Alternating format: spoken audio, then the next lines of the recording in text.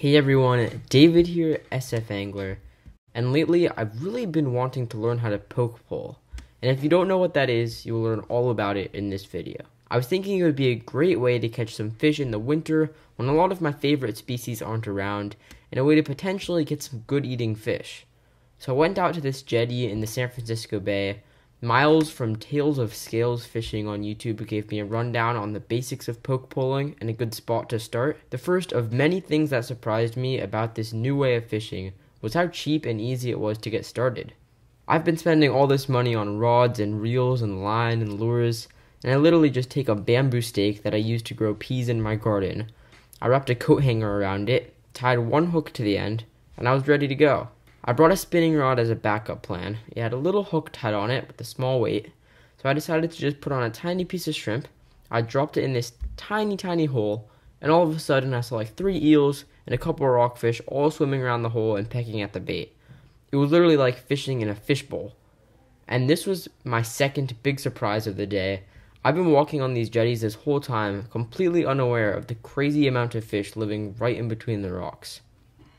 Then I took out my poke pole, put a little piece of squid on the hook, and I was just sticking it in between the rocks. I stuck it under rocks, in the cracks between them, deeper holes in the shallow water, as well as the holes further up the jetty, and everywhere I stuck that hook, I was pulling out fish. Fish after fish after fish after fish.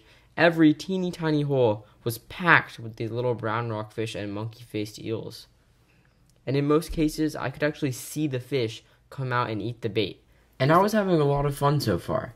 I was fishing these little shallow pockets, these little holes, and almost every single hole was full of juvenile monkey-faced eels and these brown rockfish.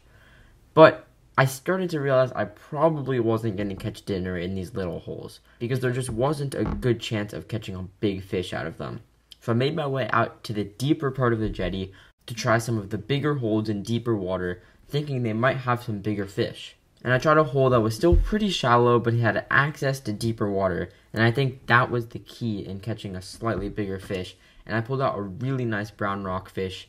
By no means was it a big rockfish, but compared to what I was catching earlier, it was definitely an improvement. And in these deeper holes, I wasn't catching nearly as many fish. I was only getting bites in maybe 1 out of every 15 or 20 holes. So the action was a lot slower, but I knew I had a shot at catching some big eels. And then I caught a fish that I was not expecting at all.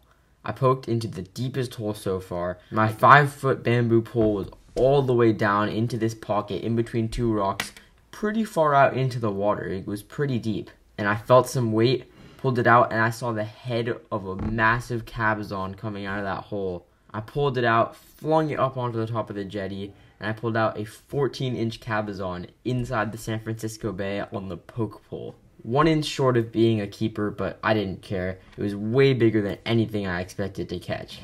So I didn't catch anything too big, but I'll be back. I have a few more spots that I want to try. I'm going to try to find a longer pole too, because I have a feeling that the really big eels are living just out of reach of my 5-foot garden stake. But if you haven't tried poke poling yet, you have to try it. The video really doesn't do it justice. If you have an hour to kill, grab a stick off the ground, find some leftover bait in your freezer, and hit the jetty.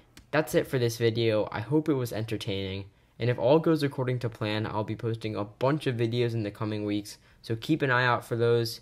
Subscribe to my channel if you want to make sure you don't miss my future videos, and I'll catch you next time on SF Angler.